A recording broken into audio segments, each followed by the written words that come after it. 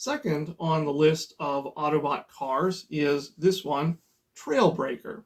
Um, we have here first a smaller version of Trailbreaker that was initially released, and then a much nicer, larger version of Trailbreaker that was released later.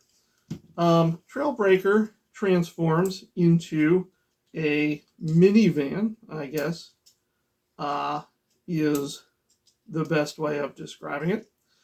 And Trailbreaker was frequently seen in the early episodes in the G1 cartoon. Often he served as transportation for the Autobots' human companions.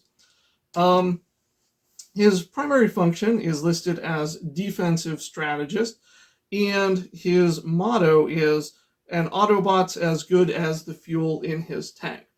Now, Trailbreaker is notable for a couple of reasons. For one thing, he did have the special ability to create a powerful force field, and this came into play in a number of the episodes. Another thing that needs to be mentioned when we talk about Trailbreaker is the idea of name changes. So when the original Transformers came back out, they had a certain set of names. When they were reissued or remade, there were often cases where they were given a new, different, or slightly different name, and Trailbreaker is one example of this.